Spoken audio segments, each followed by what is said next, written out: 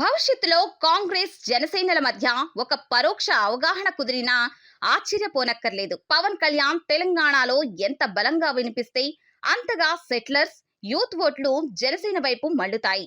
దీనివల్ల సాంప్రదాయకంగా ప్రతిపక్షాలకు పడే ఓట్లు చీలిపోయి అంతిమంగా అది కాంగ్రెస్ కు సేఫ్ జోన్ గా మారుతుంది.